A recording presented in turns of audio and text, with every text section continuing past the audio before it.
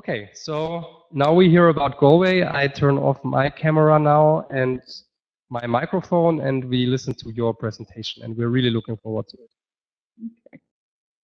Okay. Okay, so this was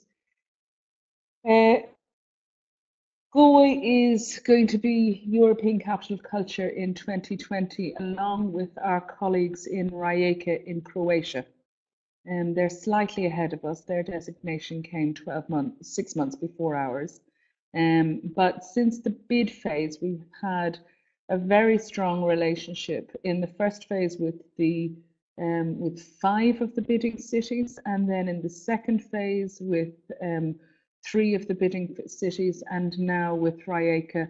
I mean, I'm working with them at the moment on a shared audience development training program.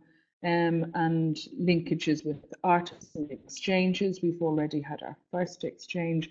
So one of the things that I think is really important is in 2025, who will be your co-hosting country, and to establish those links with those teams as quickly as you can, so that you start to understand each other's cities and regions and experiences, because they will be very diverse.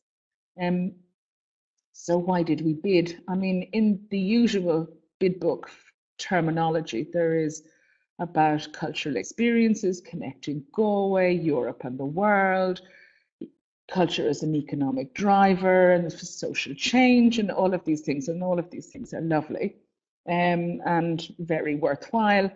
But there was a real hunger within our city and county council to achieve this. First of all, it was Ireland had hosted in 2 previous occasions the European Capital of Culture, Dublin in 1994, I think, and then Cork in 2005. And at the time that Cork won the designation, Galway was the second city, and they lost. And the one thing Irish people are is tribal. And so the losing to Cork was a blow to its ego and to its pride. So when the opportunity was going to come around again, the local authorities were very, very adamant that we were going to put forward as strong a bid as we possibly could, and that they wouldn't make the same mistakes that they did previously, and that they would have a longer developmental period, and that they would involve the community and the whole cultural sector from the very start. So that was the driving force behind the local authorities' involvement. The Irish government was quite late actually in announcing the competition. I don't know for what reasons. There are all sorts of rumours as to politically why the Irish government at the time wasn't particularly interested in a European Capital of Culture. But they eventually did in December 2014. So it meant from the start of the first phase through to the second phase and the designation, there really was only about 18 months, which is a very, very short period of time. I mean, most cities would spend at least 3 years, 4 years in the bid phase, and then another 4 to 5 years in the run-up. So our journey has been quite short. I would actually say that we were a small team, and we came from very different sectors. So there were local authority staff, there were people who came from marketing and communications, people who came from community engagement and community participation, a couple of people who came from the cultural sector, myself included. And so, but the one thing we all had was we all were completely committed to the process and completely passionate about it. It became, it was our lives for 18 months. I mean, that's all we did was the bid. So you did your day in office, and then there were meetings in the evening, and there were weekends. And so we really undertook this process of public engagement to a very, very high level. It was quite intense, but the rewards were also intense.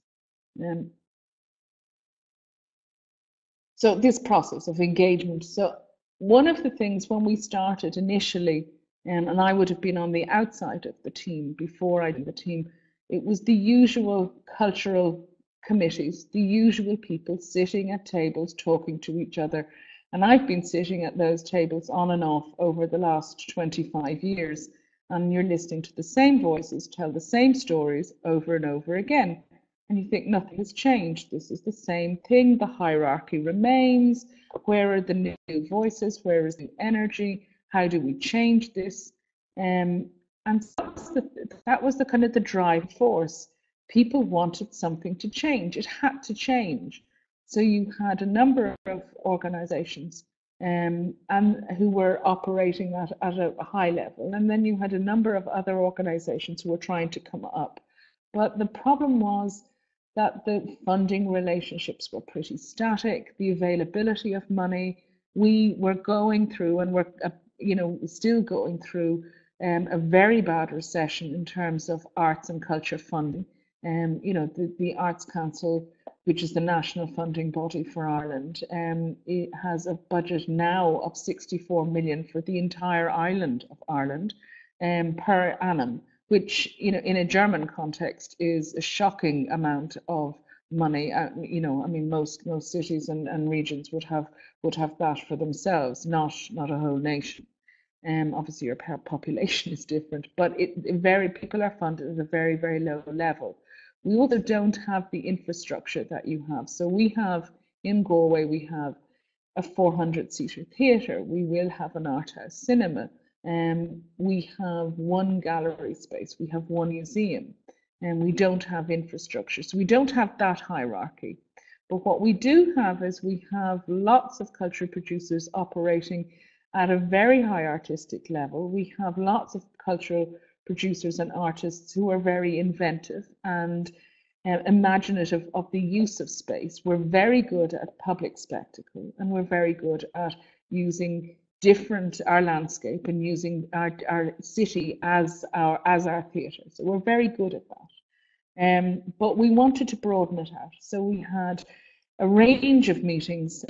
We had speak outs where we went out into the towns and villages around the county. So Galway itself is a city of about 100,000 people, and then the hinterland around the county has about 154,000. So we're a small city and county in terms of population numbers, but we're quite a big county in terms of distance. So it would take you about 3.5 hours to drive from one side of the county to the other.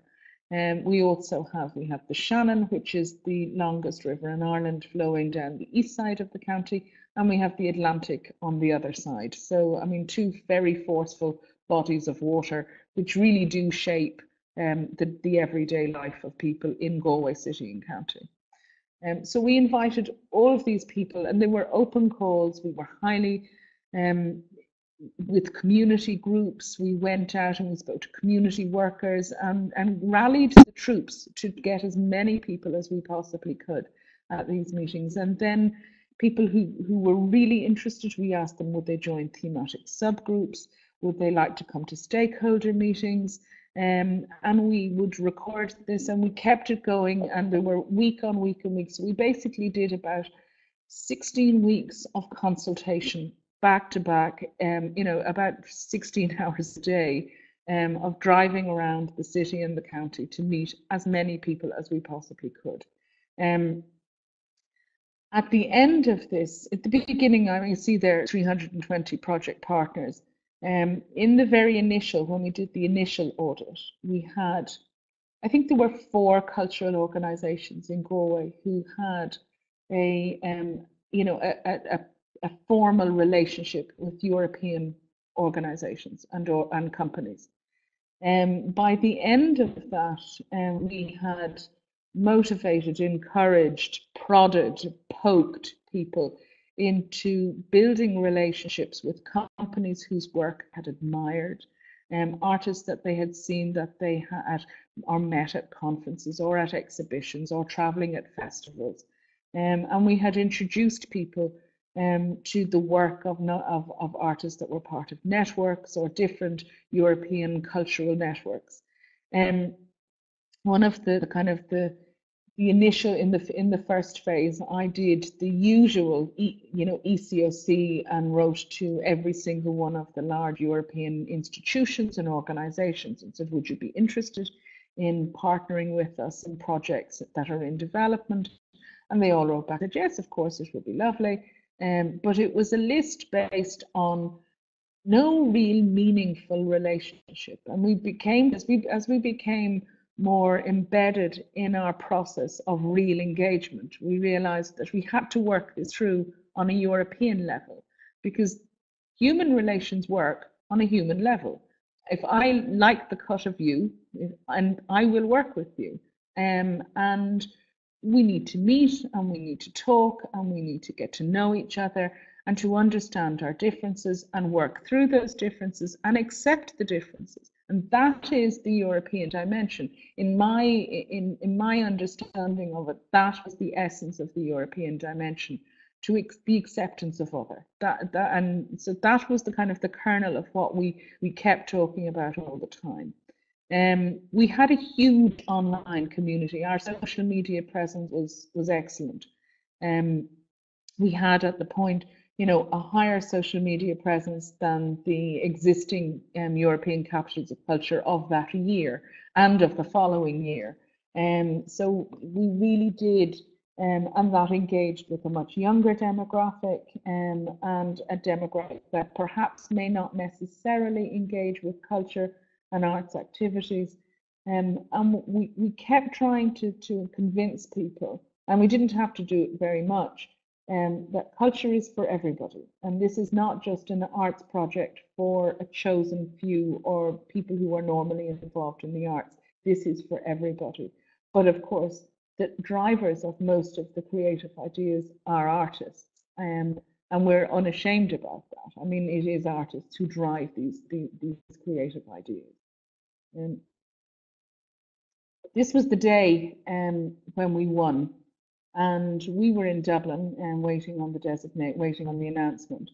But a group of local businesses had come together and put up a huge television screen on one of the streets in the centre of the city.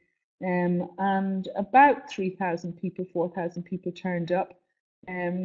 This man here, there's at the front jumping up and down, Joy is the artistic director of the Arts Festival. I mean, it was just a shot that was taken, but he's ecstatic. I mean, and one of the things that we were told when we got back that night was reactions are a response to a sense of belonging, that we had really made people feel that this was their bid, that this was Galway's bid. It wasn't just a group of people on a team. It was this. We were representing the entire city and county.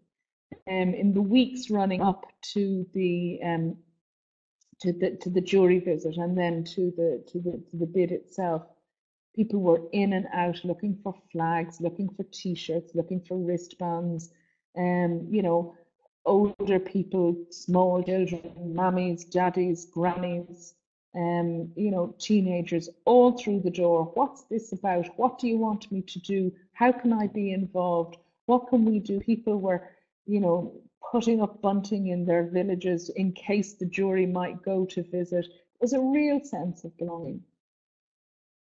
And one of the proudest things I think we felt as a group of people, and the document that we had to produce, was that afterwards, when it was made public, people said they heard their voice in the words that we had written. And that to me was the greatest compliment anybody could have paid us as a team. We had listened and we had heard and we had told the stories that they wanted to tell. And that the bid was authentically Galway. It couldn't have come from anybody else. It wasn't dreamt up in a room. It belonged to them. It belonged to all of us. So this, just to give you some context. So this is, the city is here, and this is the county. And so the city is quite populated. I mean, it's a small medieval city. And some people who've come to visit I've said it's like a virtual city because you have a lot of people in a very small area and then you move out and it's empty. And this is Connemara, which some of you may know, and it has lakes and mountains and islands, and I think we have something like 365 inland and maritime islands. This is the Shannon, the river that I was talking about. In our second phase, we also made a very a decision around our partnerships and who would be our national partners in terms of local authority and regional government. So we moved down the western board, so we used the Atlantic and then we also used the Shannon. And there has always been a strong connection between Dublin and Galway anyway. So they will be involved in the programme, and they will be involved in the delivery and the development of the programme as it goes along. In some cases, for logistically, because they have, infrastructure, larger theatres or gallery spaces that we want to use, but also in terms of this one project called Hope It Rains, and one of the artists that's going to be involved is an artist called Theo Jansen, and he's Dutch. And they're these huge strand monsters that are made out of metal, and they need wind and to move. So you have to put them on a large strand.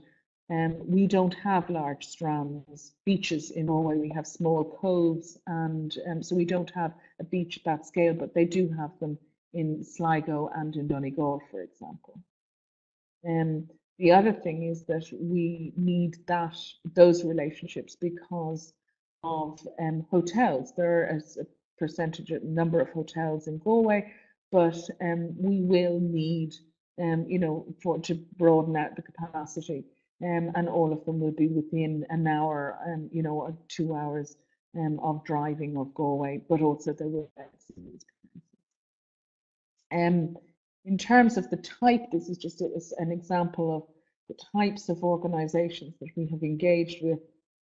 So community, rural development, the traveller movement. We have a large traveller population which is akin to the Roma population, but they're not ethnically. They've actually just this year been recognised by the Irish government that the Irish traveller is a separate ethnic grouping, and that has been a long campaign. And with it, then we'll have appropriate ethnic minority rights.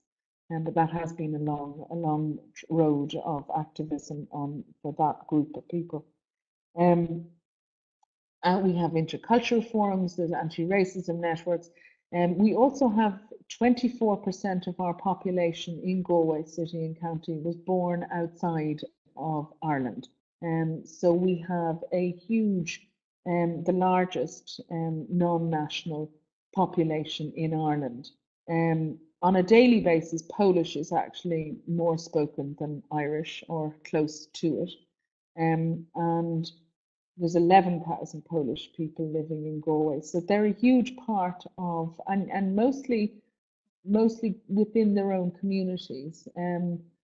Now you see the integration happening because of children in schools and participation in sport. But we don't have the same type of racial divides that you have in other much more long-term established intercultural communities around Europe. But that doesn't mean to say that we're not incubating those problems to happen. So these are things that we have to safeguard, and we have to be really careful, and we have to mind. We have a very active arts and disability sector in Ireland, and particularly in Galway. So again, universal access for everybody is a really important part of our programme. The business community engaged the bid process really, really strongly. I mean, there were a number of kind of key figures within the hotel and retail and hospitality sector that recognised the opportunity incredibly strongly. The other sector that recognised the opportunities was the medtech sector, and we have 29 of the 32 global leading medical technology organizations based in Galway. They employ about 30,000 people, and they're incredibly well paid, highly skilled jobs and an international workforce. In one of the companies, I remember one of the women saying to me, we have 36 nationalities in that section of the company. And you know, so they're very, very international in their outlook and in their scope.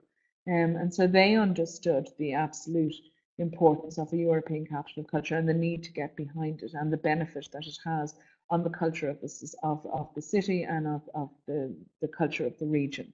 One of the things that they have always cited as their reason for locating in Galway is A, the skilled workforce, but B, the very, very high cultural activity and cultural setting of Galway, the city, but also then the landscape and being able to get out into Connemara and enjoy that.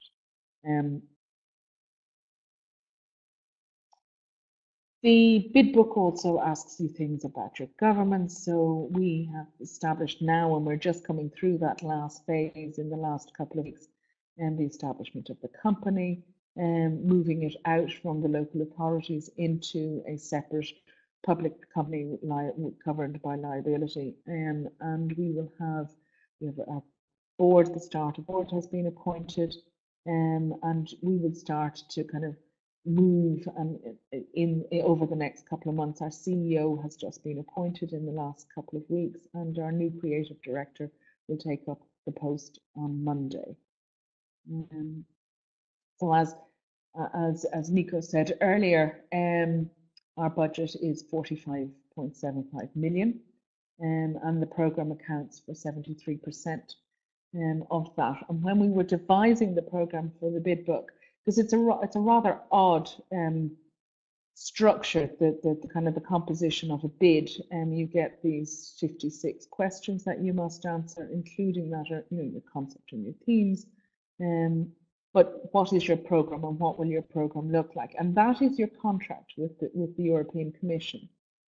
So you need to look at, your cultural organisations and what they have the capacity and the ambition to deliver, but also you need to leave room for things to change. So, I mean, when we started the bid, there was no Brexit. Between the first and the second phase, we had the refugee crisis in the Mediterranean. So things change politically, obviously, very quickly. So how do you ensure that your programme is relevant, and how do you ensure that you're speaking to a situation that has not disappeared or has been subsumed by another situation? So with that, we left 30% of the programming budget for visions over the next couple of years, and they will be the remit of the creative director, how that is formulated. We have a lot of one of the key points of our bid was this virtual capital of culture. And because of our success within the social media sphere in the campaign phase, we're really looking to develop that at a very strong level. Galway is also a UNESCO City of Film, and so to use that audio visual and that virtual reality, augmented reality and technology as part of the delivery of some of the promotional and the marketing material is also part of the plan. So what does an ECOC programme look like? So a broad definition of culture, which was a kind of a difficult one to start, because people thought of culture as the arts, and so it was mainly theatre or dance or music. But we needed to broaden that out to get people to think of it in terms of food and the way we live, the things that we do in our everyday that make us who we are. And so that initially they were part of the kind of those conversations that we had at Speak Outs to try and get people to understand that our definition of culture was very broad. It was sport, and it was knitting, it was the stories that we tell each other, it was the the lessons that are passed down and the tales that are passed down from grandparent to child again. So it's all of those things. As Nico showed you earlier, it's the garden from Aarhus. The program is usually divided into a number of very large scale, high impact, usually very well known names over the period of the year. And then there are tiers and layers of program that come in with underneath that, that are much more community engaged, and not of lesser artistic ambition, I might add, but that are much more of the local. A number of conferences and symposia. So for example, in Galway, street art and spectacle is very important as part of our cultural life. So Galway will host in 2019 a global conference on street art and spectacle, in partnership with ISACS, which is the Irish Street Art and Circus Network, but also with Circus Strada, which is the European network for street art and circus. There will be a number of commissions and direct invitations, and again, they are usually the kind of the very, very high end, marquee names that what I refer to as the culturally inquisitive tourist will come and visit because of those names. Education.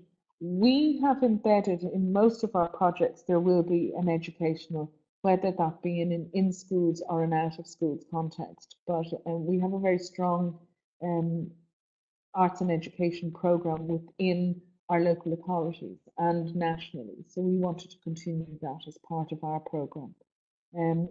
We're very much about the public involvement so that it is universal access. So we really do want that as many of the activities and program is free for people to attend, and that there will be no barriers. And then again, every single thing must have a European dimension. One of the things we stipulated at bid phase was that every project would have European partners, and every project spoke to a European theme, and our themes were obviously language, migration, and landscape. So we have making waves, landscape. One of the things that I think is most interesting about making waves and water is that we have these two bodies of water, and at every one of our speakouts and all of the meetings, people talked about the sea, the rain, the river, flooding, storms, and yet we got very little creative projects around water, but it is there in the everyday and the consciousness of people. Language is an odd one. Irish people have a strange relationship with the Irish language, and every year there are new reports that come out and they say that the language is dying, and the language is under threat, like all small languages. But Galway has the largest Irish-speaking population in Ireland, and it is, we have the largest Gaeltacht, where children, this is where children and families speak Irish in the home. It is their first language, not that they speak English and then also have Irish, which would be, say, my case, that I would speak English and would have bad Irish, but I do have Irish. But these are Winter na Gaeltacht, so these are the people of the Gaeltacht. And so one of the interesting things post-bid has been our relationship with werden for 2018, because they have a similar issue, because they have Frisian, which is a minority language in Holland, and they have a small, but they have a very different way of looking after the language and of dealing with the language and promoting it and supporting it. So that has been a really interesting conversation, and we will participate with them next year in Leeuwarden on a language, on the basis of language. Migration is, I think, probably in a different context to the context that you would experience migration in Germany. Galway has, as I said earlier, 24% of its population are not from here, but they come for very highly skilled, well-paid jobs in the medtech sector or in ICT. But we have lost, the rural Ireland has lost, over 70% of young people. I'm being told to hurry up, am I? So it's a really important issue for us. Move on quickly. We have 4 flagship projects. So we have Hope It Rains. We have 254 days of rain a year in the west of Ireland. So if you think you're going to do things outside and not get wet, it's a dream. So Hope It Rains came to try and challenge Irish people and their notion of weather, and how they use it as an excuse to not do things and go out or be active. So it's a very, very strong project. An artist in every place is literally that, to encourage the normalization of artists and the work that they do and the value that they can bring to society, and how they can be of benefit both within industry, within a social context, within the workplace. And the image you see there is a paper boat, and it was a German artist from the In Situ network, Frank Bolter, and this weekend last year he made a paper boat and he sailed it into Galway Harbour during the Sea Festival, and it was something that caught the imagination of Ireland as a nation. It was on the front page of the Irish Times, which is our foremost broadsheet. It was on the evening news of the national broadcaster. And everywhere he went, people went, "Oh, the man with the paper boat." Small towns, big ideas is our response to rural degeneration and the decline of rural communities. As I said, we have lost a huge percentage of, over the last 8 years, of our young people who have emigrated to join the recession between the ages of 18 and 35, and they probably won't come back. And we're still the only Western society that has less than half of the population it had in the 1840s. I mean, that's historic. But we're still very underpopulated in the west of Ireland in comparison to the European norm. So small towns, big ideas is to encourage community spirit and community regeneration, and will be a whole suite of projects around that. And we ran a number of pilots in the second phase to kind of demonstrate to communities how that would look and what it might be. And out of the legacy out of those pilots has actually continued. Those groups have continued to work together. They continue to create new ideas. So that even in itself, in those small number of communities, has left a legacy and proves to us that people really do want for this to work.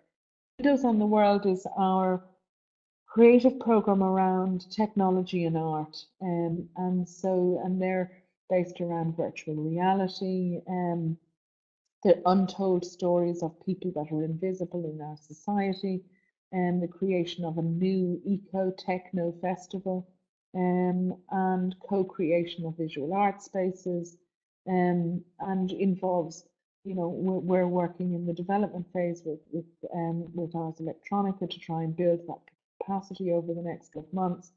But it's very much a flagship program. I mean, it's the riskiest one. When we talk about waves and making waves and waves of change and waves of disruption, Window on the World is the one, and that is the most interesting and the most challenging and the biggest risk we will take. So what was it built on? One of the things that we were very mindful of, hearing the experiences of other European capitals of culture, was that it needed to have to highlight and work with the wealth of talent that we have here in Galway. I mean, they're very, very talented artists, and there is that sense of, nationally, that as an artist, if you want to succeed or be taken seriously, that you have to move to Dublin. And we would like to challenge that and change that mindset. And we also want to ensure that organizations and companies are able to augment and increase their artistic ambition, to increase the relationships they have, to use these partnerships on a European and a global level to actually create new work going into the future. And I think it probably will be quite shocking, because most European countries, when I talk to them and say that we had no Galway companies involved in the Creative Europe Culture Programme, other than one small cooperation project with Barbara, which is our children's festival. But we had no other Creative Europe projects at a large scale or a small scale. They never existed. So now we have already started preparation for the next round. We had one in the last round. It didn't quite get there, but it may again. Wires crossed is one of mine. And today, actually, I was there we started the project, and today I went over to this field, actually, where this child is, and watched 12 young trainers who are starting the methodology. They were blindfolded, because you have to come out of your visual body and into your physical body in order to kind of get sense before you go on the wire. And that will be a 14 partner, including Afghanistan, and will culminate in 2020 with the largest number of people ever crossing a river on a tightrope, and a festival of circus which will take over the city. And it's with an organisation called Galway Community Circus, who work in youth and social circus, and have 450 children through their doors every week, and is run by an amazing Finnish woman who came to Galway and set up her life here 12 years ago. I'm sorry to interrupt you, Tracy. We have hit the 1 hour mark, and we still want to discuss a little bit and close until 9. So I might ask you to come to a close, even though it's amazingly inspiring what you tell us, of course. The music, this is a project around the Marconi line, which is kind of fascinating, because it was the first telecommunication line across the Atlantic, and you can imagine how incredible it must have felt to hear those voices. Language, it's all over. It's not a language program, it's embedded within a number of our projects. And that is us, but you have to come to Galway in 2020 to see it. Thank you very much. It's really...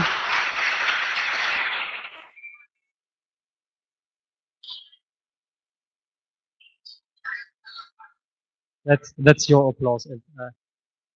I'm tempted to turn the camera around, but I don't do it, because then it doesn't come back. But about 30 people are really amazed by what you just showed us, and how you can make a bit work and then go on this journey to which you are still on. I mean, you have still 3 years to go until you are actually European Capital of Culture. I counted 800 more or less public meetings within more or less a year. My first question was popping to my head: how did you survive that? Adrenaline. Adrenaline. One of actually, after the bid, when we had kind of 2 days of celebration, and we got a day off on the Monday. I mean, we had literally worked 18 months solidly without anything, including Saturdays and Sundays. But the city manager gave us a day off, which was very generous. And I sat on my couch, and on my sofa, it felt completely alien to sit at home and not have a report to read or not have emails to answer. I mean, in the final weeks, I was getting probably in the region, and all of my colleagues were similar, about 100 emails an hour. It was insane, but there's an energy to it. I'm quite envious of people who are embarking on it, because there's an adrenaline in it, and a sense of hope. It was the sense of hope and aspiration and getting people to believe in the power of a united voice, of coming together as a community, that we can actually do something. And we've not had that in public space as part of a narrative for a really long time.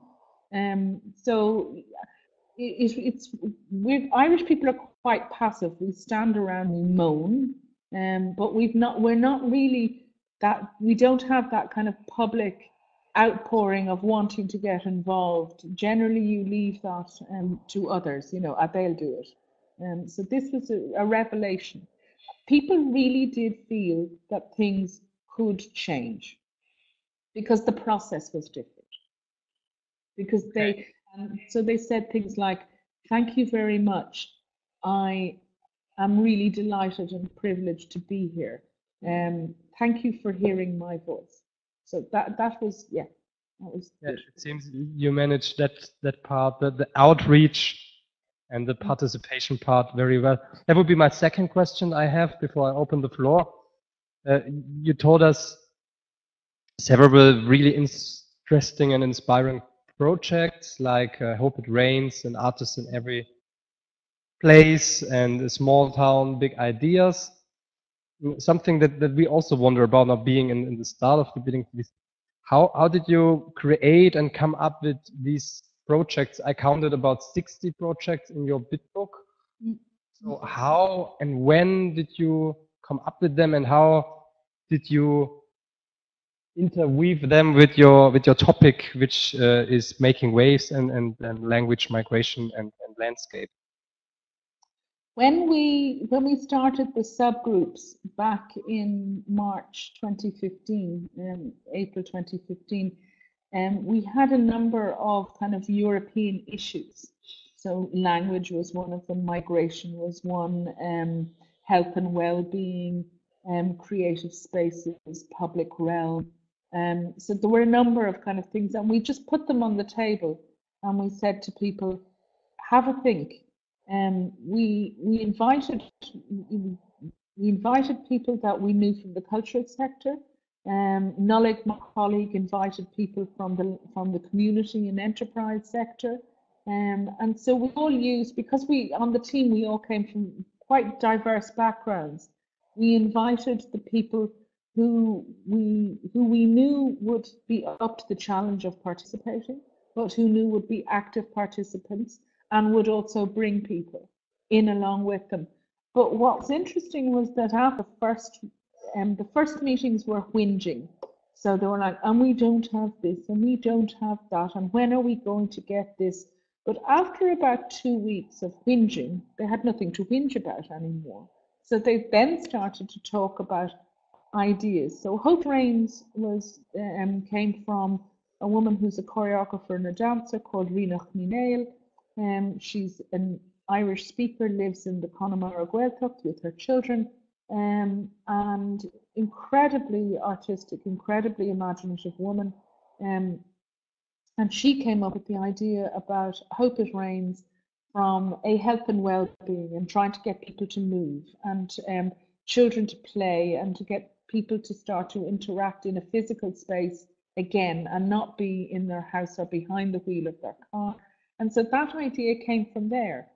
The Wires Crossed project came from a very different space, and it was a much more, I suppose, an unpleasant side of Galway, which is over the recession we have had the largest number of young suicide. I think we have the 4th highest rate of young male suicide in the world.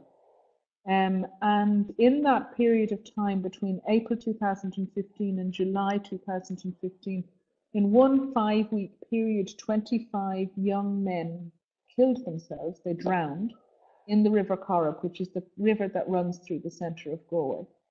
And Wires Crossed was the response of this wonderful Finnish woman, Ulla, to that, because every night we would hear, people in the city would hear the helicopter, and the helicopter is a rescue vessel that goes with the lights, with the RNLI, to try and locate the body. And we were so used to this noise and that your heart would stop, but also we had become kind of immune to it. There was two visiting artists from Edge Riders. They're a kind of an open source data grouping, and we were going to a meeting, and the helicopter came, and we all looked at each other on the team, and we went, "Oh God, I wonder what that is. Oh no, who's now?" And they said, "What do you mean?" And we said, "It means there's a body in the river." And they had no idea. They were horrified and shocked. And that came out of that conversation. So I suppose the impetus and the kind of the conversations informed the ideas that were created and the projects that were created. I mean, some of the projects, you know, John Gerard project came from John Gerard, the Mirrored Pavilions project. You know, Druid Theatre Company, you know, that came from Druid Theatre Company. But, you know, Small Towns, Big Ideas was in response to the needs and the wants of small communities in rural Galway. An Artist in Every Place is a response to the needs of visual artists who want to make work in the place that they live. And that was something we heard over and over again. So when we said that, you know, people said that my voice is in the book, the projects responded to the words that we heard, but also they had resonance because those voices were in the room too. So you identified the topics first, and then, as I understand it, the projects came up with them, not the other way around. Yeah, okay, yeah. Thank you. That's why it became, they're so real, you know, they're very authentic. They can only have come from here because they were created here. They weren't created by three random people sitting in a room. Okay. So I open the floor now. We have about 10 minutes left, maybe a little bit longer if everyone can stay a bit longer, maybe not so much. Let's see. Do we have a question from the audience? Just feel free to come here. Now is your chance. Speak to Galway.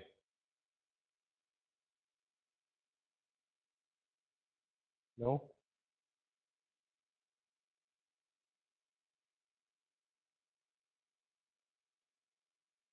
Franconians are very shy, you have to know. They are not. Are they really? Now we have one. Wollen Sie vorkommen? Any question at all? Okay, come ahead. Very courageous now. Einfach hier. Hi, nice to meet you. How can you assure that the components have an EU dimension? For example, if you invite the local artists. So how can we ensure the European dimension, is it? Yes, that's what I mean, because it was in the presentation. Yeah, how can we ensure? Yeah. Well, so the projects that were submitted, the understanding from all of the cultural producers, and one of the things we did post designation is we prepared a project template for the development of the projects. And so at all times we're checking and monitoring and helping and assisting the maintenance of the European dimension. I mean, actually, it's easier. It has been easier to ensure the European dimension since we got the bid than during the bid phase, because now they know that there will be the supporting funding for partnerships. There will be supporting funding to help exchanges and to encourage residencies and that, but also to encourage people to actually have the ambition to work with organizations or companies that they would have felt was outside of their capacity before this. One of the things we have found is that while our organizations may be poorer, or shall we say less established in an infrastructural way, their creativity and their artistic ambition is just as strong as their their European counterparts. But it's a constant. You're constantly checking it and constantly supporting it. I had a meeting this morning with two of our cultural producers, and again, I'm making suggestions on the development of the project about how to include additional elements of the European dimension. They can choose to take them or they can choose to not take them, but you're constantly supporting them in exploring those areas. Okay. There's another question.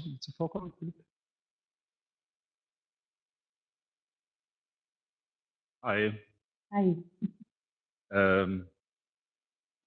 Is there any good time to start the cooperation with the community, or should it be later on, or when did you start your co-creation with the people? We started the kind of the information process of what an ECOC was, and then listening to the communities from the get-go. So I mean, from March 2015, we initially thought that we would do something like 10 or 11 speak-outs, and we ended up doing 39 of them. And then the people that we met in those speak-outs came in and participated in different meetings throughout the process. So from that process, and we're also now back out again in the communities talking about, now what the process is and how they will get involved. And we're trying to encourage communities to look at things like Europe for Citizens. So we're creating links with rural communities in Leeuwarden, for example, and rural communities in Galway to try and encourage those sort of community engagement and participation. And then as the projects themselves will be developed in terms of, we're looking at, one of the conversations we had this morning was looking at very specific communities who might actually be a really good fit for some elements of different projects. So that's a constant conversation. But I would say the quicker you can engage with your communities and start to tell them what a European capital of culture is, how they can participate in a meaningful way, in an active way, not in a passive way, in an active way, the better.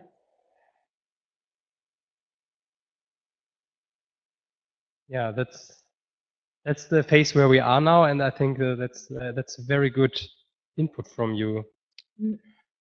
Is there another question? Is that answers? I have another one. You said that you are kind of like a second city as opposed to Dublin in a way, but you are not the most challenged city in a socio-economic term. And what I said earlier, there are a lot of decisions for a European capital decision by the jury that say, oh, this city needs it more in socio-economic terms. So as I understand, Galway is not as bad on socio-economic terms as maybe other cities. How did you deal with that? It was one of the first conversations we had as a team, around this, when we were talking about the concept and the themes and where we would go. And I always said that if we were going to try and out poverty or out social deprivation or out issue the other cities, we were going to fail. I mean, the data, the statistics, proved that. We haven't lost the number of jobs and the number of infrastructure and industry that other cities had lost, that the bidding cities had lost during the recession since 2008. We didn't have the social or the violence or the addiction levels that they have in others in the other bidding cities. On the other hand, those cities also have an established cultural and artistic infrastructure that we don't have. They have concert halls and they have international visual arts exhibitions, and they have other things that we don't have. But there's something about Galway and I don't know whether it's in the air. Somebody said that it's because we have the sea and we have the river, and that there's an awful lot of oxygen, pure oxygen in the air. And maybe that's true, because out the road in Connemara is where is the world standard for clean air. So we have the cleanest air in the world, I think, because of that huge body of water. But there's a madness here, and there's always been a madness here. In the 70s, a group of artists came to Galway and settled here. You know, historically, it was a place of, you know, the Spanish, of the wine trade, of the spice trade. It has a, you know, Cromwell, when he invaded Ireland, said to hell or to Connacht. Well, we're all in Connacht, and obviously we were all a bit mad and a bit wild. There's something, it's about the landscape, it's about the sea. They call Galway now the graveyard of ambition. People come here, they love it, they don't want to leave. So that was kind of, yeah, they were the things that we thought about. We had to actually own up to that and actually just be ourselves. Galway's a very nice city. You know, it's quite a middle class city. It's you know, it likes to think that it's culturally liberal, but it's not really. But you can live any life you want to live here. Okay, thank you. That's a very good takeaway. Be what you are, and maybe we take this thing with the clean air, because we probably don't have the cleanest air in Germany, but definitely cleaner than Munich, which is our Dublin in a way. So if there's no more question, I would like to give the floor to Mr. Strobel again, and thank you very much. I think what we learned from you, what I learned, was to really engage the community and the people in the city from early on in the cultural scene, and especially.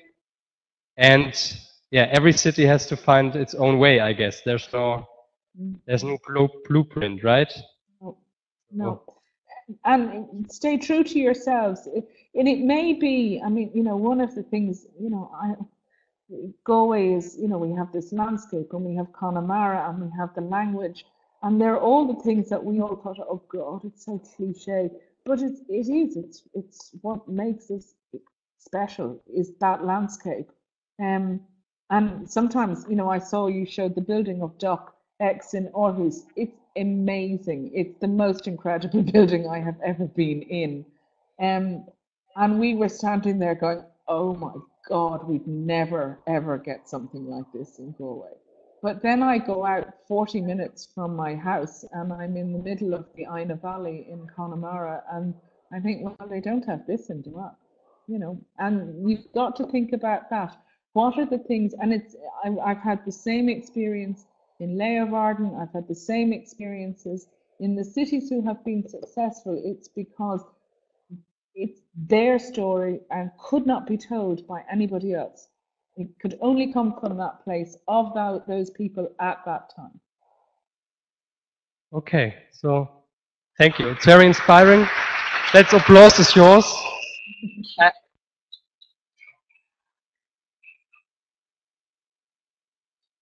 I want to emphasize that you did not ask for any fee, and you invested a lot of time and effort for the preparation of the presentation and the testing. So even though you had some hard times in the last weeks, we know that. So we appreciate it even more that you dedicated so much of your time. I'm delighted. I'm really happy. I mean, one of the things, our shared European values is to be friends to each other and share experiences and stories. That's really important. We have to keep doing that. It's really important.